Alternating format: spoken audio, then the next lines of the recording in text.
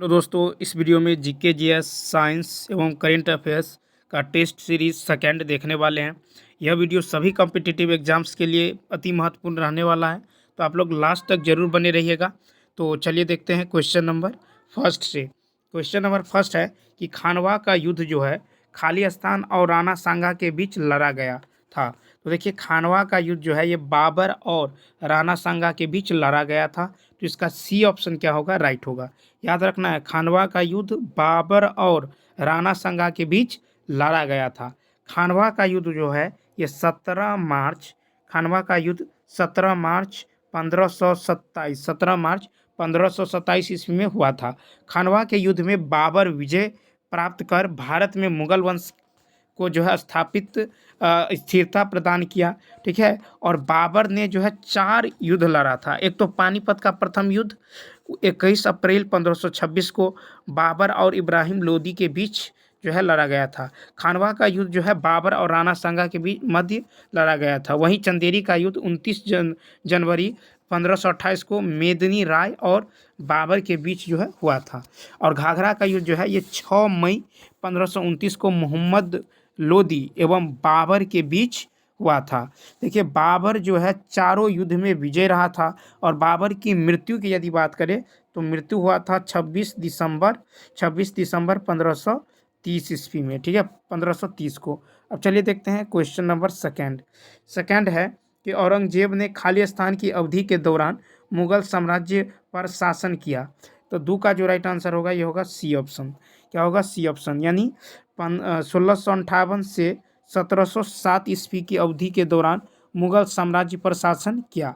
औरंगजेब ने अपना राज्याभिषेक 2 बार करवाया था। एक तो जुलाई 1658 में और दूसरा आगरा में जून 1659। ठीक है, तो देखिए, 1 जुलाई 1658 में आगरा में और जून 1659 में दिल्ली में। ठीक है, औरंगजेब का जन्म गुजरात के दोहाद नामक स्थान पर हुआ था। औरंगजेब का जन्म गुजरात के दोहाद नामक स्थान पर औरंगजेब के गुरु मीर मोहम्मद हकीम थे। कौन थे?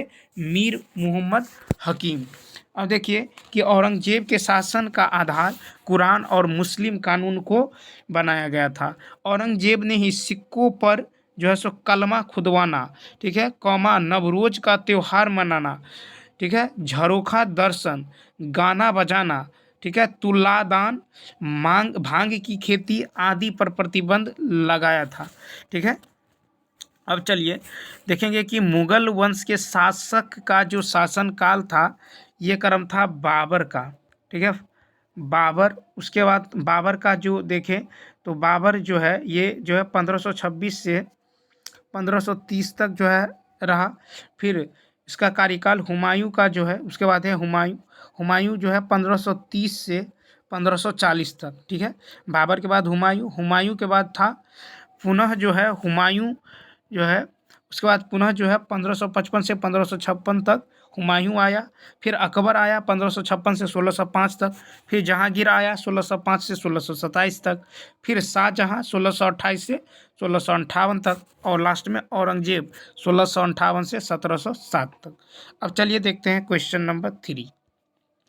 तो क्वेश्चन नंबर 3 है कि यूएस, ठीक है, यूनाइटेड स्टेट्स का राष्ट्रीय खेल कौन सा है? तो यूनाइटेड स्टेट्स का राष्ट्रीय खेल क्या है? बेसबॉल, यानी बी ऑप्शन। क्या है? बेसबॉल है। तो याद रखना है कि बेसबॉल सबसे पहले 1846 ईस्वी में इंग्लैंड में खेला गया था। स्कॉटलैंड का राष्ट्रीय खेल रग्बी फुटबॉल है। राजस्थान का जो राजकीय खेल है ये बास्केटबॉल है। ठीक है, राजस्थान का क्या है? बास्केटबॉल। अब चलिए देखते हैं क्वेश्चन नंबर 4। देखिए, क्वेश्चन नंबर 4 है कि भारतीय संविधान के निम्नलिखित अनुच्छेदों में से कौन सा राष्ट्रीय अनुसूचित जाति आयोग से संबंधित है? तो 4 का होगा डी। तो अनुच्छेद 338 जो है ये राष्ट्रीय अनुसूचित जाति आयोग से संबंधित है। अनुसूचित जनजाति आयोग का अनुच्छेद 338 ए में वर्णन है। 65वां संवैधानिक संशोधन अधिनियम 1990 द्वारा राष्ट्रीय अनुसूचित जाति और अनुसूचित जनजाति आयोग बनाया गया, परंतु फिर 89वां संवैधानिक संशोधन अधिनियम 2003 द्वारा जो है राष्ट्रीय अनुसूचित जाति आयोग और राष्ट्रीय अनुसूचित जनजाति आयोग को क्या किया गया, पृथक किया गया। ठीक है, अब चलिए देखते हैं कि राष्ट्रीय पिछड़ा वर्ग आयोग का गठन जो है 1993 में किया गया था और 102वां संविधान संशोधन अधिनियम 2018 के द्वारा राष्ट्रीय पिछड़ा वर्ग आयोग को संवैधानिक दर्जा दिया गया।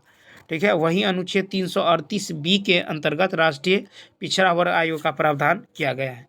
क्वेश्चन नंबर 5 है, भारत की आकस्मिकता निधि संरक्षण कौन होता है? तो 5 का राइट आंसर होगा बी ऑप्शन।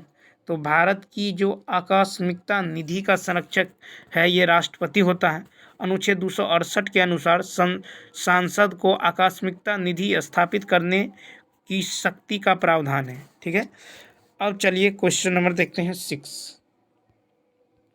देखिए क्वेश्चन नंबर 6 है कि भारतीय राष्ट्रीय कांग्रेस का लाहौर अधिवेशन कब आयोजित किया गया था, जहां बैठक में उपस्थित सभी ने 26 जनवरी को स्वतंत्रता दिवस के रूप में मनाने का संकल्प लिया था। तो 6 का होगा बी ऑप्शन। तो देखिए कि भारतीय राष्ट्रीय कांग्रेस का त्यौहार अधिवेशन दिसंबर 1929 में जो है आयोजित किया गया था, जहां बैठक में उपस्थित सभी ने 26 जनवरी को स्वतंत्रता दिवस के रूप में मनाने का संकल्प लिया था। कब? 31 दिसंबर 1929 को। 31 दिसंबर 1929 को। अब देखिए 26 जनवरी 1930 को संपूर्ण भारत में जो है सर्वप्रथम स्वाधीनता दिवस मनाया गया था और दिसंबर 1929 में कांग्रेस का जो अधिवेशन है ये लाहौर में हुआ था 1929 में, जिसकी अध्यक्षता जवाहरलाल नेहरू द्वारा की गई। लाहौर अधिवेशन में पारित पूर्ण स्वराज के प्रस्ताव के अनुसार कांग्रेस के संविधान में स्वराज शब्द का अर्थ जो है अब से पूर्ण स्वतंत्रता या पूर्ण स्वराज होगा। अब देखिए कि क्वेश्चन नंबर जो है 7 कहता है कि जिन्होंने भारत में लोगों की योजना तैयार की। ठीक है, तो देखिए शायद 7 का राइट आंसर होगा ए, M.N. रॉय। M.N. रॉय ने भारत में लोगों की एक आर्थिक योजना तैयार की। 1945 में श्री M.N. रॉय ने जन योजना बनाया था। भारत में जो है पहली आर्थिक जनगणना 1977 में आरंभ की गई और राष्ट्रीय नियोजन समिति का गठन 1938 में जवाहरलाल नेहरू द्वारा किया गया। वहीं 1950 में जयप्रकाश नारायण ने सर्वोदय योजना प्रकाशित की और प्रथम पंचवर्षीय योजना ये हेरोल्ड डोमर मॉडल पर आधारित थी। अब चलिए देखते हैं क्वेश्चन नंबर जो है 8। क्वेश्चन नंबर 8 है, संयुक्त राष्ट्र द्वारा पर्यावरण एवं विकास पर रियो घोषणा को मंजूरी किस वर्ष दी गई थी? तो देखिए 8 का जो राइट आंसर होगा ये होगा ए ऑप्शन, यानी 1992 में, 1992। तो देखिए संयुक्त राष्ट्र द्वारा पर्यावरण एवं विकास पर रियो घोषणा जो है 1992 में दी गई थी। संयुक्त राष्ट्र 1945 में स्थापित एक अंतर्राष्ट्रीय संगठन है। ठीक है, अब देखिए कुछ सम्मेलन देखेंगे और इसका वर्ष देखेंगे। स्थापना वर्ष, स्टॉकहोम सम्मेलन, इसकी स्थापना वर्ष है 1972। लंदन कन्वेंशन, इसकी भी है 1972। वियना सम्मेलन 1985। मॉन्ट्रियल सम्मेलन 1987 और क्योटो प्रोटोकॉल कब हुआ? 1997 में। अब चलिए देखते हैं क्वेश्चन नंबर 9। देखिए क्वेश्चन नंबर 9 है कि यूएन पर्यावरणीय गतिविधियों का समन्वय करने वाला अंतर्राष्ट्रीय संगठन कौन सा है? तो 9 का होगा डी, संयुक्त राष्ट्र पर्यावरण कार्यक्रम, यानी यूनाइटेड नेशंस एनवायरनमेंट प्रोग्राम। तो देखिए कि जो है यूएन यानी पर्यावरणीय जो है गतिविधियों का समन्वय करने वाला अंतर्राष्ट्रीय संगठन है संयुक्त राष्ट्र पर्यावरण कार्यक्रम। ठीक है, अब देखिए संयुक्त राष्ट्र कोष एवं कार्यक्रम, इसके कुछ अंग है, जैसे देखिए यूनिसेफ, ठीक है, संयुक्त राष्ट्र जनसंख्या कोष, संयुक्त राष्ट्र विकास कार्यक्रम यूएनडीपी। यह जो है क्या है? तो यह एक संयुक्त राष्ट्र का वैश्विक विकास नेटवर्क है। और संयुक्त राष्ट्र पर्यावरण कार्यक्रम यूएनईपी, यह एक वैश्विक पर्यावरण प्राधिकरण है। संयुक्त राष्ट्र मानव अधिवास कार्यक्रम है और विश्व खाद्य कार्यक्रम है। क्वेश्चन नंबर 10 है कि भारत के पूर्वी तट में ज़्यादातर किस प्रकार की मिट्टी पाई जाती है? तो 10 का होगा बी ऑप्शन, यानी जलोढ़ मिट्टी। तो भारत के पूर्वी तट में ज़्यादातर जलोढ़ मिट्टी पाई जाती है। जलोढ़ मिट्टी भारत की प्रमुख मिट्टी है। नाइट्रोजन और फास्फोरस का जलोढ़ मिट्टी में कमी पाई जाती है। जलोढ़ मिट्टी बहुत जो है उपजाऊ मिट्टी होती है। जलोढ़ मिट्टी को जो है 2 प्रकार, यानी बांगार और खादार खादर की होती है। नवीन जलोढ़ मिट्टी को खादर मिट्टी भी कहते हैं और बांगर पुरानी जलोढ़ मिट्टी को कहते हैं। अब चलिए देखते हैं क्वेश्चन नंबर 11। अब देखिए क्वेश्चन नंबर 11 है कि बारी दोआब खाली स्थान के बीच का क्षेत्र है। तो देखिए बारी दोआब जो है ये ब्यास और रावी के बीच का क्षेत्र है, तो इसका बी ऑप्शन। ठीक है, तो बारी दोआब जो है ये ब्यास और रावी के बीच का क्षेत्र है। दो नदियों के बीच के उपजाऊ भूमि को क्या कहते हैं? दोआब कहते हैं। आब का अर्थ होता है पानी। दोआब क्षेत्र की मिट्टी बहुत उपजाऊ होता है। भारत में सबसे प्रसिद्ध दोआब क्षेत्र गंगा यमुना दोआब क्षेत्र है और दोआब क्षेत्र की मिट्टी जो है जलोढ़ मिट्टी होती है। सिंध नदी और झेलम नदी के बीच क्षेत्र जो है ये सिंध सागर दोआब कहलाता है। झेलम नदी और चिनाब नदी के बीच के क्षेत्र को जो है चेज दोआब नाम से भी जाना जाता है। चिनाब नदी और रावी बीच के क्षेत्र को जो है रेचना दोआब नाम से जाना जाता है। ब्यास नदी और सतलुज नदी के बीच के क्षेत्र को क्या कहते हैं? विष्ट दोआब कहलाता है। क्वेश्चन नंबर 12 है कोलकाता बंदरगाह किस नदी पर स्थित है? तो देखिए कोलकाता बंदरगाह जो है ये हुगली नदी पर स्थित है, ए ऑप्शन। कोलकाता बंदरगाह हुगली नदी पर स्थित है। हुगली नदी जिसे भागीरथी हुगली नदी भी कहा जाता है। हुगली नदी के माध्यम से कोलकाता बंदरगाह समुद्र से जुड़ता है और यह नदी बहुत ही जो है विश्वासघाती नदी है। हुगली नदी पर मुर्शिदाबाद कोलकाता हावड़ा जैसे नगर बसा है। प्राचीन काल में पूर्वी तट पर सबसे महत्वपूर्ण बंदरगाह जो है ताम्रलिप्ति बंदरगाह अवस्थित थी। ठीक है, अब चलिए देखते हैं आगे। कहा था कि भारत का जो सबसे अधिक प्रांगण वाला बंदरगाह है ये कोच्चिन बंदरगाह है और भारत का सबसे गहरा प्राकृतिक बंदरगाह विशाखापट्टनम बंदरगाह है।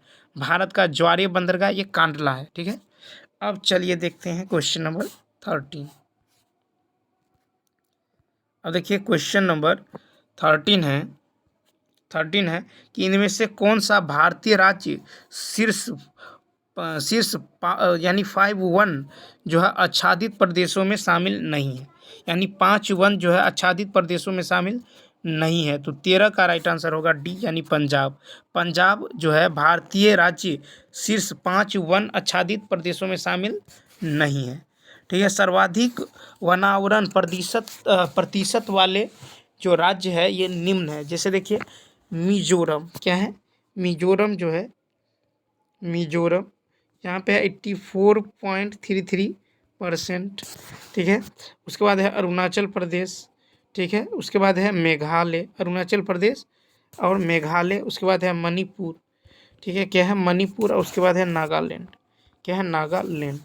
तो ये हो गया सर्वाधिक वनावरण प्रतिशत वाले राज्य। ठीक है, मिजोरम 84.33%, अरुणाचल प्रदेश है 79.63%, मेघालय है 76.33%, मणिपुर है 74.34% और नागालैंड है 73.90%।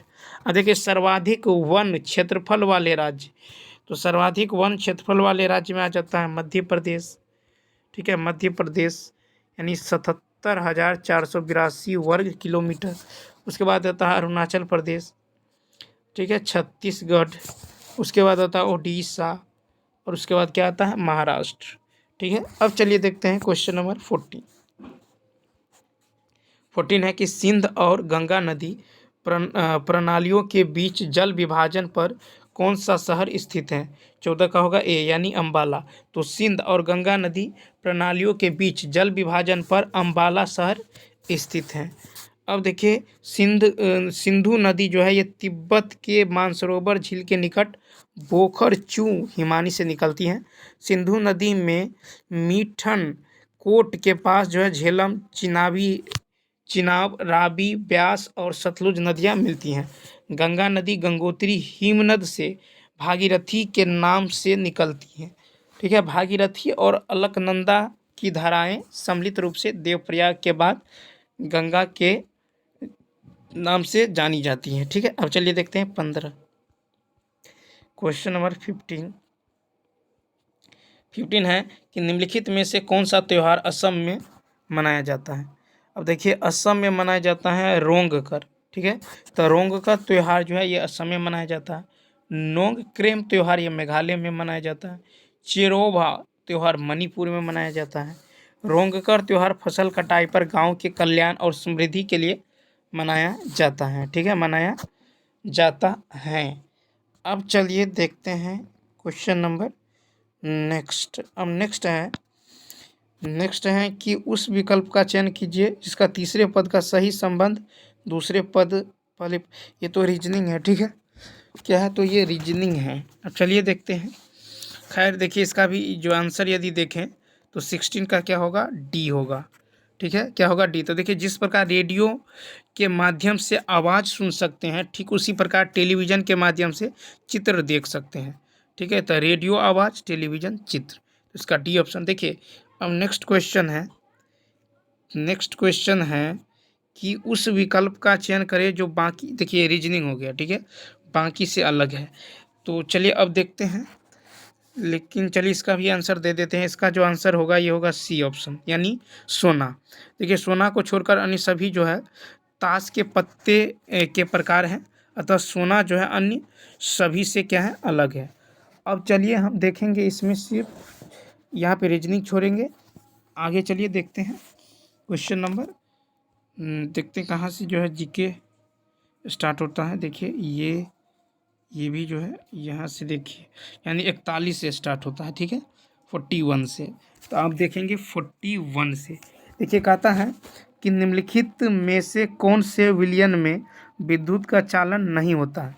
ठीक है, निम्नलिखित में से कौन से विलयन में विद्युत का चालन नहीं होता है। तो 41 का जो राइट आंसर होगा ये होगा ए ऑप्शन, यानी एल्कोहल और ग्लूकोज। तो देखिए, एल्कोहल और ग्लूकोज विलयन में विद्युत का चालन नहीं होता है। एल्कोहल और ग्लूकोज जो है एक कार्बनिक यौगिक है। कार्बनिक यौगिक जो है ये विद्युत के क्या होते हैं, तो कुचालक होते हैं। कार्बनिक यौगिक क्या होते हैं, विद्युत के कुचालक होते हैं। अब देखिए, किसी भी यौगिक के विद्युत सुचालक होने के लिए आवश्यक है कि यौगिक में मुक्त आयन उपस्थित हो। अम्ल में H+ आयन उपस्थित होने के कारण विद्युत का सुचालक जो है सुचालक होता है, H+ आयन उपस्थित होने के कारण।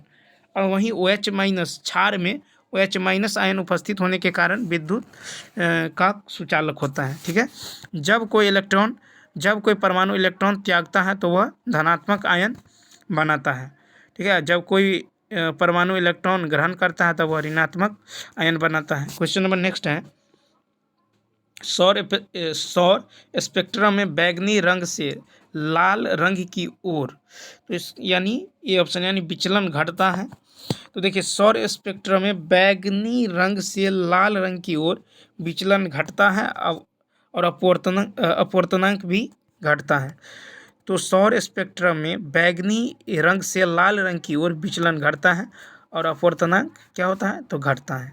प्रकाश के किरणों का एक माध्यम से दूसरे माध्यम में जाने पर प्रकाश की चाल में वृद्धि या कमी होती है, इसे क्या कहते हैं, अपवर्तन कहते हैं। और अपवर्तनांक बराबर होता है निर्वात में प्रकाश का वेग बट्टा में माध्यम में प्रकाश का वेग। अपवर्तनांक म्यू बराबर क्या होता है, C/V, यानी निर्वात में प्रकाश का वेग और माध्यम में प्रकाश का वेग। अब देखिए, लाल रंग का अपवर्तनांक सबसे कम तथा बैंगनी का सबसे अधिक होता है। ठीक है, तो ये याद रखना है। और अपवर्तनांक म्यू बराबर जो है, म्यू समानुपाती होता है 1/λ के, यानी ठीक है। तो देखिए यहाँ पे कि अपवर्तनांक म्यू बराबर क्या होता है, 1, यानी अपवर्तनांक म्यू समानुपाती होता है तरंग दैर्ध्य, यानी म्यू समानुपाती 1/λ। ठीक है, श्वेत प्रकाश का प्रिज्म से गुजरने पर 7 रंगों में टूटना जो है यह वर्ण विक्षेपण कहलाता है। और लाल रंग का वर्ण विक्षेपण सबसे कम और बैंगनी रंग का जो है ये सबसे अधिक होता है। Question number 43। देखिए, नेक्स्ट क्वेश्चन है कि यदि कोई कार किसी समतल सड़क पर त्वरित होकर अपने प्रारंभिक वेग का 4 गुना वेग प्राप्त कर लेती है, इस प्रक्रिया में कार की स्थितिज ऊर्जा क्या होगी, तो 43 का ए, यानी परिवर्तित नहीं होती है। तो कोई कार किसी समतल सड़क पर त्वरित होकर अपने प्रारंभिक वेग का 4 गुना प्राप्त कर लेती हैं, इस प्रक्रिया में कार्य की जो स्थितिज ऊर्जा होती है ये परिवर्तित नहीं होती हैं, ठीक है, परिवर्तित नहीं होती हैं। तो कोई कार किसी समतल सड़क पर त्वरित होकर अपने आरंभिक वेग का 4 गुना वेग प्राप्त कर लेते हैं, तो इस प्रकार कार की स्थितिज ऊर्जा क्या होगा, तो परिवर्तित नहीं होती हैं। कार के वेग के बढ़ने पर गतिज ऊर्जा बढ़ती हैं। और देखिए गतिज ऊर्जा यानी काइनेटिक एनर्जी बराबर क्या होता है, 1/2 mv², 1/2 mv² होता है। और गतिज ऊर्जा बराबर होता है संवेग का स्क्वायर बट्टा 2 गुने द्रव्यमान। चलिए देखते हैं क्वेश्चन नंबर 44। 44 है कि 2 ओम और 4 ओम प्रतिरोध के दो प्रतिरोधकों को किसी बैटरी से संयोजित करने पर यदि ये प्रतिरोधक, तो देखिए यानी 44 का 20 श्रेणी क्रम में संयोजित हो तो इनसे समान धारा प्रवाहित होगी, ठीक है। 2 ओम और 4 ओम प्रतिरोध के दो प्रतिरोधकों को किसमें, तो श्रेणी क्रम में संयोजित हो तो इनके जो है इनसे समान धारा प्रवाहित होगी, ठीक है। अब देखिए कि पार्श्व क्रम में संयोजन में प्रत्येक प्रतिरोध में प्रवाहित धारा जो है ये क्या होता है, भिन्न परंतु विभवांतर और क्या होता है, समान होता है, ठीक है। श्रेणी क्रम में जो है श्रेणी क्रम संयोजन में RS बराबर होता है R1 + R2 + R3, ठीक है। और समांतर क्रम में क्या होता है, तो 1/RP बराबर होगा 1/R1 + 1/R2 + 1/R3, ठीक है। अब चलिए देखते हैं कि प्रतिरोध, ठीक है, प्रतिरोध बराबर क्या होता है। प्रतिरोध किसी चालक से प्रवाहित विद्युत धारा के मार्ग में अवरोध के कारण उत्पन्न होता है और प्रतिरोध बराबर होता है वोल्ट बट्टा एम्पियर, ठीक है। प्रतिरोध बराबर क्या होता है, तो प्रतिरोध बराबर होता है वोल्ट बट्टा एम्पियर, वोल्ट बट्टा एम्पियर यानी इसका मात्रक होता है ओम, ठीक है। और प्रतिरोध का ऐसा मात्रक क्या होता है, ओम होता है। अब चलिए देखते हैं क्वेश्चन नंबर 45। देखिए क्वेश्चन नंबर 45 है कि ब्रॉडबैंड एक उच्च क्षमता संचरण प्रौद्योगिकी का उपयोग किस कारण जो है कर रही हैं, तो 45 का ए ऑप्शन यानी आवृत्ति की व्यापक श्रेणी। तो देखिए ब्रॉडबैंड एक उच्च क्षमता संचारण प्रौद्योगिकी का उपयोग आवृत्ति के व्यापक श्रेणी के लिए किया जाता है। ब्रॉडबैंड उच्च गति का इंटरनेट कनेक्शन प्रदान करता है। इसकी क्षमता जो है 24 से 38 GHz बैंड है। वर्तमान में जो है ब्रॉडबैंड के लिए जो है ऑप्टिकल फाइबर का उपयोग किया जा रहा है, ठीक है। पहला जो है कंप्यूटर नेटवर्क जो है, पहला कंप्यूटर नेटवर्क, देखिए क्वेश्चन नंबर 45 का क्या होगा, ए ऑप्शन क्या होगा, राइट होगा, ठीक है। अब चलिए देखते हैं क्वेश्चन नंबर नेक्स्ट यानी 46 का था किसी वस्तु पर किया गया कार्य निम्न में से किस पर निर्भर नहीं करता है, तो 46 का बी ऑप्शन वस्तु के द्रव्यमान। तो किसी वस्तु पर किया गया कार्य वस्तु के द्रव्यमान पर निर्भर नहीं करता है। वस्तु द्वारा किया गया कार्य वस्तु पर आरोपित बल एवं बल के द्वारा वस्तु में उत्पन्न विस्थापन पर निर्भर करता है, ठीक है। कार्य 3 स्थितियों में शून्य होता है, जब आरोपित बल शून्य हो, जब विस्थापन शून्य हो, बल एवं विस्थापन एक दूसरे के लंबवत हो। अब देखिए क्वेश्चन नंबर 47। क्वेश्चन नंबर जो है 47 है निम्नलिखित में से कौन सा उपकरण विद्युत चुम्बकीय प्रेरण की घटना पर आधारित है, तो 47 का होगा डी यानी जनरेटर। तो जनरेटर जो है ये विद्युत चुम्बकीय प्रेरण की घटना पर आधारित है। विद्युत जनित्र यांत्रिक ऊर्जा को विद्युत ऊर्जा में बदलता है। विद्युत जनित्र में माइकल फैराडे के विद्युत चुम्बकीय प्रेरण के सिद्धांत का अनुप्रयोग किया जाता है। अमीटर के द्वारा विद्युत धारा मापी जाती है। वोल्टमीटर द्वारा विभवांतर मापी जाती है। गैल्वेनोमीटर द्वारा सूक्ष्म विद्युत धारा का पता लगाया जाता है, ठीक है। अब है 48 कि किसी अवतल दर्पण पर चित्र में दर्शाए अनुसार आपतित प्रकाश किरण के लिए निम्न आरेखों में से कौन सही है, तो 48 का जो राइट आंसर होगा ये हो जाएगा डी ऑप्शन, क्या होगा, तो डी ऑप्शन, ठीक है। तो याद रखना इसका जो राइट आंसर होगा ये हो जाएगा डी ऑप्शन। अब देखिए क्वेश्चन नंबर जो है 49, क्वेश्चन नंबर 49। अब देखिए क्वेश्चन नंबर 49 है कि निम्नलिखित में से कौन किसी बिंदु स्रोत से उस पर आपतित प्रकाश का समांतर प्रकाश पुंज बना सकता है। 49 का ए ऑप्शन, अवतल दर्पण और उत्तल लेंस दोनों ही। ठीक है, तो याद रखना है कि किसी बिंदु स्रोत से उस पर आपतित प्रकाश का समांतर जो प्रकाश पुंज ये बना सकता है अवतल दर्पण और उत्तल लेंस दोनों से। ठीक है, उत्तल लेंस दोनों से। अब देखेंगे क्वेश्चन नंबर यानी 50।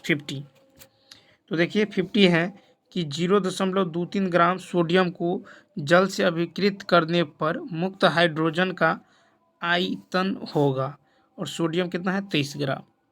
ठीक है, सोडियम कितना है 23 ग्राम है। तो देखिए 50 का जो राइट आंसर हो जाएगा, तो देखिए दी गई अभिक्रिया की जो समीकरण होगा ये होगा 2Na plus 2H2O, 2Na plus 2H2O। तो ये क्या बनाएगा, ये बनाएगा 2NaOH, 2NaOH प्लस H2। ठीक है, 2NaOH प्लस H2। तो यहाँ हो जाएगा आपको 2, और सोडियम का जो है ये होगा 23 ग्राम, तो 2 गुने 23। ठीक है, 2 गुने 23 इधर हो जाएगा आपको 22.4, तो 22.4 लीटर। ठीक है, यानी 46 ग्राम। ठीक है, 46 ग्राम, 46 ग्राम का मतलब कितना हो गया, तो देखिए 46 ग्राम यानी 22,400 मिलीलीटर। ठीक है, 22,400 मिलीलीटर। ठीक है, अब देखिए 46 ग्राम सोडियम में जो मुक्त हाइड्रोजन होगा ये कितना होगा, तो ये होगा 22,400 मिलीलीटर। और उसके बाद देखिए 0.23 ग्राम सोडियम में मुक्त हाइड्रोजन, तो मुक्त हाइड्रोजन कितना होगा, तो इसमें हो जाएगा 22,400 गुने 0.23 बट्टा में क्या होगा 46, तो ये कितना हो जाएगा 112 ml। ठीक है, तो इसका जो राइट आंसर होगा ये होगा बी ऑप्शन। क्या होगा, तो बी ऑप्शन।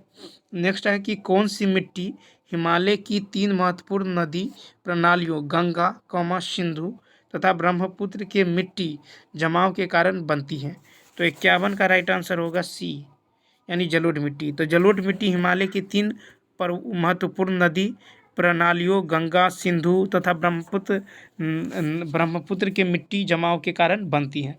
भारत के सर्वाधिक क्षेत्रफल में जलोढ़ मिट्टी का विस्तार है। जलोढ़ मृदा जो है ये उत्तर के विशाल मैदान, पूर्वी तथा पश्चिम तटवर्ती मैदान तथा राजस्थान के संकरी पट्टी में पाया जाता है। जलोढ़ मृदा सर्वाधिक उपजाऊ होती हैं। जलोढ़ मृदा में साधारणतया पोटास, फास्फोरस, अम्ल तथा चूना पाया जाता है। जलोढ़ मृदा में जो नाइट्रोजन एवं जैविक पदार्थों की जो कमी पाई जाती है, और शुष्क प्रदेशों में जलोढ़ मृदा में जो है क्षारीय अंश जो है अधिक होता है। ठीक है, अब देखिए क्वेश्चन नंबर जो है 52।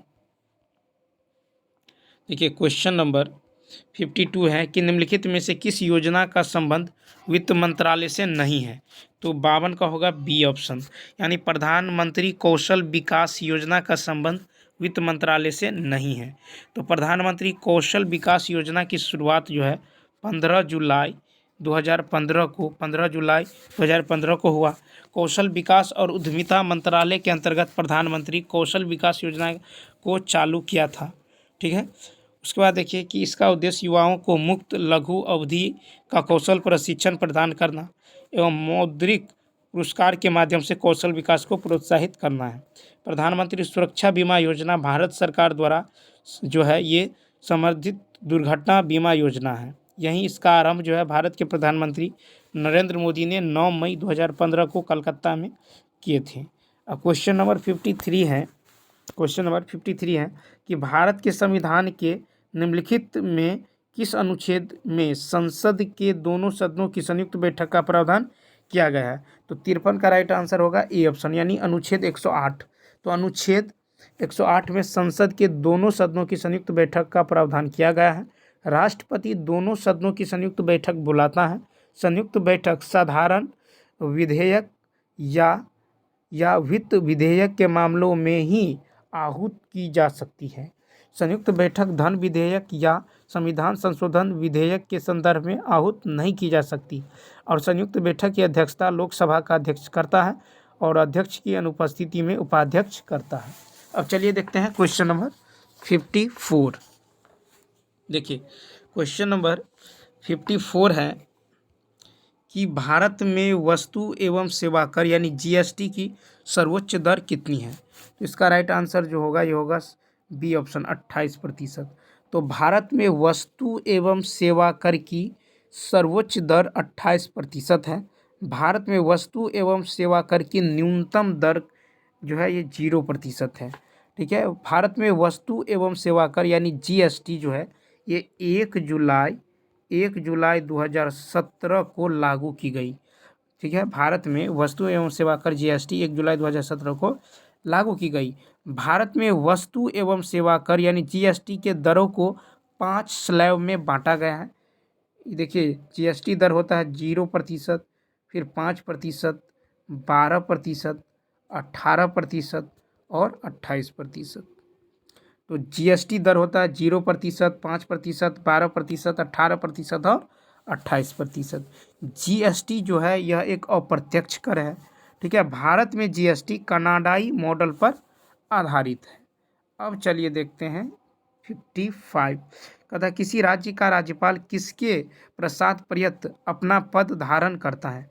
तो 55 का होगा डी, यानी भारत के राष्ट्रपति। तो किसी राज्य का राज्यपाल भारत के राष्ट्रपति के प्रसाद पर्यंत अपना पद धारण करता है। राज्यपाल की नियुक्ति जो है ये राष्ट्रपति द्वारा की जाती है। राज्यपाल राज्य का कार्यकारी प्रमुख संवैधानिक मुखिया होता है। राज्यपाल केंद्र सरकार के प्रतिनिधि के रूप में भी कार्य करता है। अनुच्छेद 155 के द्वारा राज्यों के राज्यपालों की नियुक्ति की जाती है। 7वें संविधान संशोधन अधिनियम 1956 के तहत एक व्यक्ति को 2 या 2 से अधिक राज्यों का राज्यपाल नियुक्त किया जा सकता है। क्वेश्चन नंबर 56 है कि नकटी डैम पक्षी अभयारण्य बिहार के किस जिला में है। तो इसका राइट आंसर होगा बी, यानी क्या होगा तो जमुई। तो नकटी डैम जो है पक्षी अभयारण्य बिहार के जमुई में जो है जमुई जिला में है।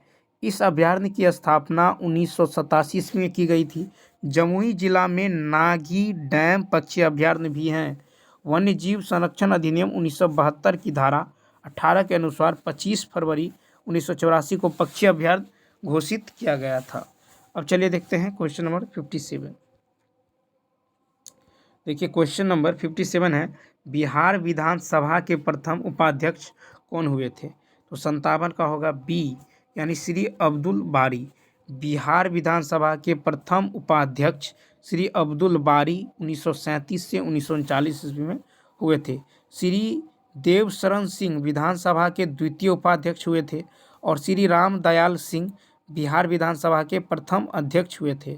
तो प्रथम अध्यक्ष से श्री राम दयालु सिंह। ठीक है, अब देखेंगे 58। क्रांतिकारी संगठन आज़ाद दस्ता का गठन निम्न में से किसके द्वारा किया गया था। तो 68 का यानी 58 का होगा ए ऑप्शन, जयप्रकाश नारायण। क्रांतिकारी संगठन आज़ाद दस्ता का गठन जो है जयप्रकाश नारायण द्वारा किया गया था। ठीक है, अब देखिए कि भारत छोड़ो आंदोलन के दौरान जयप्रकाश नारायण को अंग्रेजों ने गिरफ्तार कर हजारीबाग जेल में रखा था। 9 नवंबर 1942 को जयप्रकाश नारायण हजारीबाग जेल से अपने साथियों के साथ भगाने में सफल। देखिए, नेक्स्ट है कि जेल से भागकर जयप्रकाश नारायण ने नेपाल में अपने सहभागियों कार्तिक प्रसाद और बिज्र किशोर प्रसाद जय सिंह के सहयोग से आज़ाद दस्ता का गठन किया। आज़ाद दस्ता के पहले प्रशिक्षण शिविर की शुरुआत सरदार नित्यानंद के निर्देशन में नेपाल के जो है राजविलास जंगल में हुई थी। अब है 59। देखिए, क्वेश्चन नंबर 59 है कि निम्नलिखित में से कौन सा राष्ट्र बिम्स्टेक संगठन का सदस्य नहीं है। तो 59 का होगा डी, यानी मालदीव। तो मालदीव जो है ये बिम्स्टेक संगठन का सदस्य नहीं है। बिम्स्टेक का सदस्य देश है बांग्लादेश, भारत, म्यांमार, श्रीलंका, थाईलैंड, भूटान और नेपाल। तो बिम्स्टेक का सदस्य है बांग्लादेश, भारत, म्यांमार, श्रीलंका, थाईलैंड, भूटान और नेपाल। अब देखिए कि बिम्स्टेक यह पुराना नाम है। बिम्स्टेक जो है 6 जून 1997 में बैंकॉक घोषणा के माध्यम से अस्तित्व में आया। 22 दिसंबर 1997 में म्यांमार के शामिल होने के बाद इसका नाम बदलकर बिम्स्टेक, ठीक है, बिम्स्टेक जो है कर दिया गया। ठीक है, 2004 में नेपाल और भूटान बिम्स्टेक का पूर्ण सदस्य बन गया। फिर कहता है बिम्स्टेक का पूरा नाम जो है Bay of Bengal Initiative for Multi Sectoral Technical and Economic Corporation है। अब देखिए क्वेश्चन नंबर जो है 60 है कि प्रधानमंत्री मुद्रा योजना की शिशु योजना के तहत अनुमन्य ऋण की अधिकतम राशि कितनी है? तो 60 का बी ऑप्शन यानी 50,000। तो प्रधानमंत्री मुद्रा योजना की शिशु योजना के तहत अनुमन्य ऋण की अधिकतम राशि 50,000 है। प्रधानमंत्री मुद्रा योजना जो है 8 अप्रैल 2015 को प्रारंभ किया था। मुद्रा योजना के तहत 3 प्रकार के ऋण की व्यवस्था की गई है। शिशु उद्यम के तहत 50,000 की ऋण व्यवस्था, किशोर उद्यम के तहत 50,000 से 5 लाख तक की ऋण व्यवस्था, तरुण उद्यम के तहत 5 लाख से 10 लाख तक की ऋण व्यवस्था की गई है। ठीक है, अब देखिए क्वेश्चन नंबर जो है 61, क्वेश्चन नंबर 61। तो चलिए देखते हैं। देखिए क्वेश्चन नंबर 61 है कि किस यानी देश के सर्वोच्च नागरिक पुरस्कार पद्म पुरस्कार की शुरुआत जो है निम्नलिखित में से किस वर्ष की गई थी? 61 का जो राइट आंसर होगा सी यानी 1954। तो देश के सर्वोच्च नागरिक सम्मान पद्म पुरस्कार की शुरुआत 1954 में की गई थी। पद्म पुरस्कार की घोषणा हर साल गणतंत्र दिवस पर की जाती है। वर्ष 1955 में पद्म पुरस्कार को पद्म विभूषण, पद्म भूषण और पद्मश्री में बदल दिया गया 1955 में। 2022 में पद्म विभूषण पुरस्कार 4 लोगों को दिया गया है। ठीक है, और पद्म भूषण पुरस्कार 17 लोगों को, पद्म विभूषण 4 लोगों को, पद्म भूषण 17 लोगों को और पद्मश्री 107 लोगों को दिया गया है। 2023 में कुल 106 जो है, ठीक है, कुल 106 यानी जिसमें 6 पद्म विभूषण, 9 पद्म भूषण और 91 क्या है तो पद्मश्री है। तो ये जो है व्यक्तियों को पद्म पुरस्कार दिया गया है, 106 जो है पद्म पुरस्कार। अब देखिए क्वेश्चन नंबर 62 है कि निम्नलिखित में से किसने इन कस्टडी उपन्यास लिखा है? तो 62 का होगा डी ऑप्शन। तो अनीता देसाई ने इन कस्टडी उपन्यास लिखी हैं। अनीता देसाई का पहला उपन्यास है क्राई द पीकॉक था। अनीता देसाई को वर्ष 2021 में Tata literature lifetime achievement award से सम्मानित किया गया। अब है क्वेश्चन नंबर 63 की प्रख्यात संगीतकार अरविंद पारिख निम्नलिखित में से किस वाद्य यंत्र से संबंधित है? तो 63 का होगा ए यानी सितार। तो प्रख्यात संगीतकार अरविंद पारिख सितार वाद्य यंत्र से संबंधित है। वर्ष 2018 में अरविंद पारिख को भारत का तीसरा सर्वोच्च नागरिक पुरस्कार पद्म भूषण दिया गया था और 2023 में तबला वादक जाकिर हुसैन को भारत का जो है दूसरा सर्वोच्च नागरिक पुरस्कार जो है पद्म विभूषण दिया गया और पार्श्व गायिका सुमन कल्याणपुर को पद्म भूषण 2023 में से सम्मानित किया गया। छत्तीसगढ़ की पिंडवानी गायिका उषा बारले और अभिनेत्री रवीना टंडन को 2023 में पद्मश्री पुरस्कार से जो है सम्मानित किया गया है। किराना घराना की प्रसिद्ध भारतीय शास्त्रीय संगीतकार गायिका डॉक्टर प्रभा अन्य को पद्म विभूषण 2022 से सम्मानित किया गया है। Question number 64। अब देखिए क्वेश्चन नंबर 64 है कि किस राजवंश के शासनकाल को भारतीय इतिहास का स्वर्ण काल कहा जाता है? तो 64 का सी यानी गुप्त वंश। गुप्त राजवंश के शासनकाल को भारतीय इतिहास का स्वर्ण काल कहा जाता है। गुप्त काल में कला एवं साहित्य में हुई प्रगति के आधार पर इस काल को प्राचीन भारत का स्वर्ण युग कहा जाता है। गुप्त साम्राज्य की शासन व्यवस्था तंत्रात्मक थी। गुप्त वंश के शासकों ने मंदिरों एवं ब्राह्मणों को सबसे अधिक ग्राम अनुदान में दिए थे और गुज्जर प्रतिहार वंश का संस्थापक जो है नागभट्ट प्रथम था। लोधी वंश का संस्थापक कौन था? तो बहलोल लोधी था। अब देखिए 65 है कि वित्त विधेयक को प्रस्तुत करने के कितने दिनों के भीतर संसद द्वारा पारित किया जाना होता है? 65 का ए, यानी वित्त विधेयक को प्रस्तुत करने के 75 दिनों के भीतर संसद द्वारा पारित किया जाना होता है। वित्त विधेयक को पारित करने की प्रक्रिया अनुच्छेद 117 में बताई गई है और धन विधेयक का परिभाषा अनुच्छेद 110 में है और अनुच्छेद 109 में धन विधेयक की प्रक्रिया से संबंध है और वित्त विधेयक के संबंध में संयुक्त बैठक बुलाई जा सकती है और वित्त विधेयक को राष्ट्रपति पुनर्विचार के लिए लौटा सकता है। क्वेश्चन नंबर 66, 2011 की जनगणना के अनुसार भारत की साक्षरता दर कितनी है? 2011 की जनगणना के अनुसार भारत की साक्षरता दर है 74.04%। कितना है? 74.04%। 74.04%, सी ऑप्शन। अब देखिए 2011 की जनगणना के अनुसार भारत की पुरुष साक्षरता दर कितना है? तो 82.14 पुरुष है। 2011 की जनगणना के अनुसार महिला साक्षरता दर है 64.46। ठीक है, 64.46। सर्वाधिक साक्षरता वाला राज्य कौन है? केरल, यानी 93.91%। और न्यूनतम साक्षरता वाला राज्य है बिहार, यानी 61.8%। अब देखिए सर्वाधिक साक्षरता वाला जो केंद्र शासित प्रदेश है यह है लक्षद्वीप, 91.8%। और न्यूनतम साक्षरता वाला केंद्र शासित प्रदेश है दादर व नागर हवेली, यानी 76.2%। अब क्वेश्चन नंबर 67, देखिए क्वेश्चन नंबर 67 है कि कृष्णराज सागर बांध को किस नदी पर बनाया गया है? A option. तो कृष्णराज सागर बांध को कावेरी नदी पर बनाया गया है। कृष्णराज सागर बांध कर्नाटक राज्य में स्थित है। कृष्णराज सागर बांध 1932 में कर्नाटक में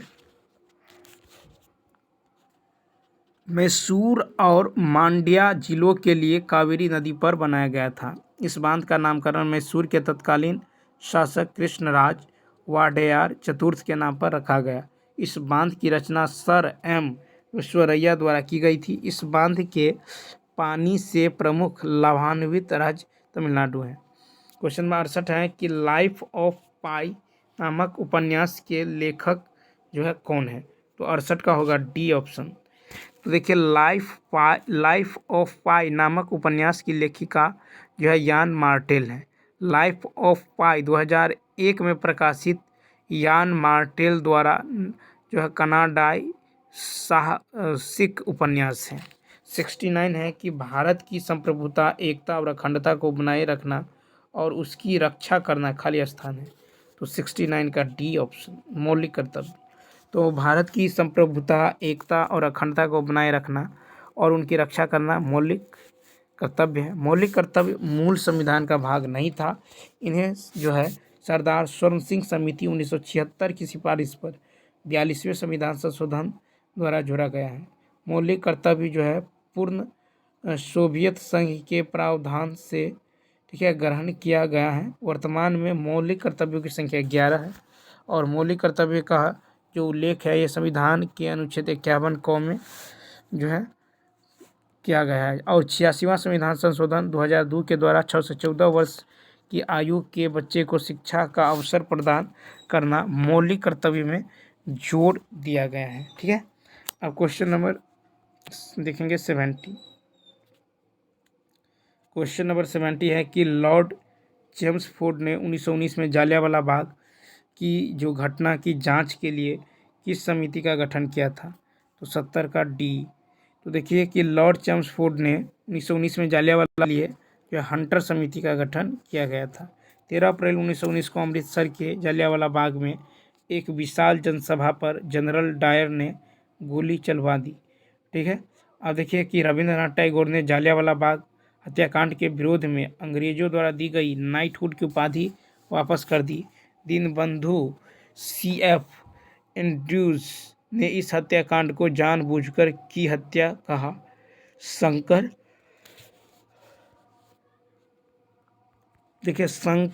नायर ने वायसराय की कार्यकारिणी के सदस्य पद से त्यागपत्र दे दिया। कांग्रेस ने इस हत्याकांड को जांच हेतु मदन मोहन मालवीय की अध्यक्षता में एक समिति की नियुक्ति की। कांग्रेस की जांच समिति में मोतीलाल नेहरू, महात्मा गांधी, ठीक है, उसके बाद अब्बास तैयबजी और पुपुल जयकर सदस्य थे। ठीक है, अब चलिए देखते हैं क्वेश्चन नंबर जो है ये 71 कहता है कूना निम्नलिखित में किस देश की मुद्रा था। तो 71 का ए ऑप्शन यानी क्रोएशिया। तो कूना जो है क्रोएशिया देश की मुद्रा था। क्रोएशिया 1 जनवरी 2023 से यूरो मुद्रा अपनाने वाला 20वां देश बन गया। ऑस्ट्रेलिया की मुद्रा है यूरो, अंगोला का है क्वांजा, सऊदी अरब का है रियाल, संयुक्त अरब अमीरात का है दिरहम, उज्बेकिस्तान का है सोम, केन्या का है सीलिंग और स्वीडन का है क्रोना। ठीक है, स्वीडन का क्रोना है। और चलिए देखते हैं नेक्स्ट। देखिए नेक्स्ट क्वेश्चन है कि लॉर्ड कर्जन द्वारा बंगाल विभाजन के निर्णय का वास्तविक जो कारण है ये किसे माना जाता है। तो 72 का राइट आंसर सी ऑप्शन, यानी अंग्रेजों की फूट डालो और राज करो की नीति पर लॉर्ड कर्जन द्वारा बंगाल विभाजन के निर्णय का वास्तविक कारण जो है किसे माना गया है। तो अंग्रेजों की फूट डालो और राज करो की नीति।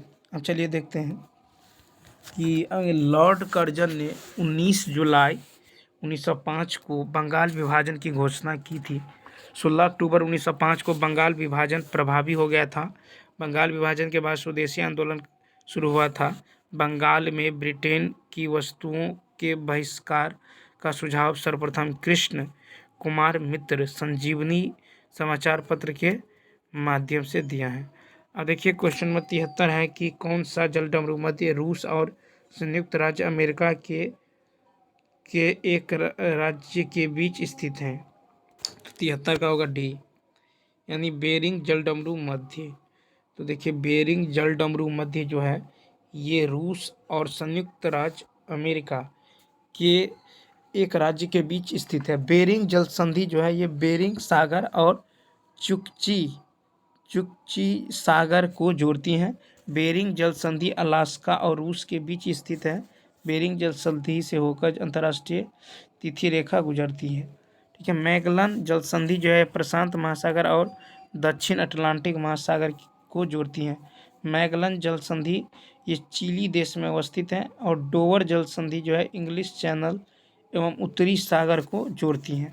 इंग्लैंड फ्रांस का संबंध डोवर जल संधि से है। पाक जल संधि जो है ये पाक की खाड़ी और बंगाल की खाड़ी से जोड़ती है।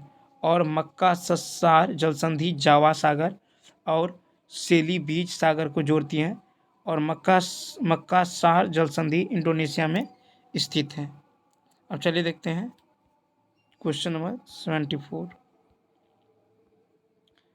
देखिए 74 है, क्वेश्चन नंबर 74 है कि द्वीप समूह टिएरा डेल फुएगो किस महाद्वीप में स्थित है। 74 का सी दक्षिण अमेरिका। ठीक है, तो दक्षिण अमेरिका। ठीक है, अब देखिए दक्षिण अमेरिका, मध्य अमेरिका, मेक्सिको और जो है वेस्ट इंडीज के संयुक्त रूप से को लैटिन अमेरिका कहते हैं। दक्षिण अमेरिका विश्व का चौथा सबसे बड़ा महाद्वीप है। दक्षिण अमेरिका का उत्तरी भाग अधिक जो है चौड़ा है, किंतु दक्षिण की ओर क्रमशः यह एक संकरा होकर प्रायद्वीपीय जो है बनाता है। क्वेश्चन नंबर 75 है कि अफ्रीकी देश घाना की राजधानी कहाँ है। ठीक है, तो देखिए अफ्रीकी देश घाना की राजधानी कहाँ है। 75 का होगा बी ऑप्शन, यानी अकरा। ठीक है, तो अफ्रीकी देश घाना की राजधानी का अकरा। ठीक है, और उसके बाद देखिए उसके बाद है कि आसमारा इरिट्रिया की राजधानी है। ठीक है, मपूतो जो है मोजाम्बिक की राजधानी है और डकार जो है ये सेनेगल की राजधानी है। डकार सेनेगल की राजधानी है। नेक्स्ट है कि मंगोलिया देश निम्नलिखित में से किस महाद्वीप में है। तो मंगोलिया जो है ये एशिया महाद्वीप में है। ठीक है, मंगोलिया एशिया महाद्वीप में। मंगोलिया की राजधानी उलान बटोर है और इसकी मुद्रा तुगरिक है। गोबी मरुस्थल मंगोलिया और चीन में स्थित है। ठीक है, गोबी मरुस्थल एशिया का जो है सबसे बड़ा नगर मरुस्थल स्थल है। फिर है कि मंगोलिया भू अवशिष्ट देश है, ठीक है, देश हैं। उसके बाद देखिए नेक्स्ट क्वेश्चन नंबर जो है 76 है। मंगोलिया देश एशिया महाद्वीप में स्थित है, यानी 76 का सी ऑप्शन। तो मंगोलिया देश कहाँ है? एशिया में, ठीक है। उसके बाद 77 का होगा सी, ठीक है, यानी बिहार। तो देखिए 77 का बिहार पंचायत राज अधिनियम कब पारित किया गया? 77। तो देखिए 77 का जो होगा डी, 77 का क्या होगा? डी ऑप्शन, ठीक है। 77 का हो जाएगा डी, बिहार पंचायत राज अधिनियम 2006 में पारित किया गया था, ठीक है, पारित किया गया था। अब चलिए अब देखते हैं कि क्वेश्चन नंबर देखिए बिहार पंचायत राज संशोधन अधिनियम 2021 बनाया गया है, ठीक है। बिहार में नगर पालिका को चुनाव 2 चरणों में दिसंबर 2022 में हुआ है। बिहार में प्रथम बार मेयर का चुनाव प्रत्यक्ष रूप से जो है जनताओं द्वारा किया गया। अब चलिए देखते हैं क्वेश्चन नंबर 78, काम के बदले अनाज कार्यक्रम किस पंचवर्षीय योजना में प्रारंभ किया गया था? 78 का जो राइट, ठीक है, तो 78 यानी 78, ठीक है। तो याद रखना है कि काम के बदले जो है अनाज कार्यक्रम किस पंचवर्षीय योजना में जो प्रारंभ किया गया था, ठीक है, प्रारंभ किया गया था। तो 78 का जो राइट आंसर होगा बी, यानी 5वीं। तो काम के बदले अनाज कार्यक्रम जो है ये 5वीं पंचवर्षीय योजना में प्रारंभ किया गया है, ठीक है, 78, ठीक है। उसके बाद है 79 कि अखिल भारतीय बाघ अनुमान 2022 नामक रिपोर्ट के अनुसार सर्वाधिक बाघों की संख्या वाला राज्य कौन सा बना है? 79 का सी ऑप्शन, मध्य प्रदेश, ठीक है, क्या होगा? मध्य प्रदेश। तो इसका जो है सी ऑप्शन क्या होगा? राइट होगा। अब देखिए क्वेश्चन नंबर 80 है कि आईसीसी पुरुष एक दिवसीय क्रिकेट विश्व कप 2023 की मेजबानी कौन सा देश करेगा? तो इसका जो होगा ए ऑप्शन, यानी भारत। तो आईसीसी पुरुष एक दिवसीय क्रिकेट विश्व कप 2023 की मेजबानी भारत करेगा और 2023 क्रिकेट विश्व कप आईसीसी क्रिकेट विश्व कप का 13वां संस्करण होगा, जिसे अक्टूबर नवंबर 2023 के दौरान भारत में आयोजित किया गया है, ठीक है, आयोजित किया जाना है। 80 क्रिकेट विश्व कप 2023 का शुभंकर जो है ये क्रिप्टोवर्स को चुना गया है, क्रिप्टोवर्स। अब 81 देखिए, 81 है कि बिहार सरकार किस क्षेत्र से संबंधित है? बिहार सरकार जो है ये साहित्य से संबंधित है, ठीक है। उसके बाद देखिए नेक्स्ट है कि कौन सा राज्य जो है महिला राज्य, ठीक है, कौन सा राज्य महिला एशियाई चैंपियनशिप ट्रॉफी 2023 की मेजबानी करने के लिए तैयार है? तो 82 का ए, यानी झारखंड। फिर है सात्विक साईराज रंकी रेड्डी और चिराग शेट्टी, ठीक है, ये जो है चिराग शेट्टी। तो याद रखना है सात्विक साईराज रंकी रेड्डी और चिराग शेट्टी किस खेल से संबंधित है? तो 83 का जो राइट आंसर होगा ये होगा ए ऑप्शन, 1400 यानी 142, ठीक है, 142। अब नेक्स्ट क्वेश्चन है कि विश्व बैडमिंटन, ठीक है, विश्व बैडमिंटन, ठीक है। तो याद रखना है कि विश्व खुशहाली रिपोर्ट 2023 में जो है कौन सा स्थान है? तो 84 का जो राइट आंसर हो जाएगा ये हो जाएगा 84, ठीक है, 84 का जो, और 83 का जो है 83 का हो जाएगा ए ऑप्शन, ठीक है, और 84 का डी ऑप्शन हो जाएगा, ठीक है। 84 का क्या हो जाएगा? डी ऑप्शन, यानी 126, ठीक है। 84 का जो राइट आंसर होगा ये होगा डी, ठीक है। 84 है कि विश्व खुशहाली रिपोर्ट, ठीक है, विश्व खुशहाली रिपोर्ट 2023 में भारत का स्थान 126वां है, ठीक है। तो डी ऑप्शन होगा 126, ठीक है, क्या होगा? 126 होगा, ठीक है, 126। अब 85 है क्वेश्चन नंबर कि एक जिला एक उत्पाद जो केंद्रीय शामिल कार्य विकास है। ठीक है, तो इसका जो है क्या होगा, एक जिला एक उत्पाद किस केंद्रीय मंत्रालय द्वारा जो है प्रारंभ किया गया है। तो 85 का होगा ए, यानी ग्रामीण विकास मंत्रालय। ठीक है, ग्रामीण विकास मंत्रालय। अब देखिए नेक्स्ट है 8% वर्ष। ठीक है, अब पानी और शरबत के दो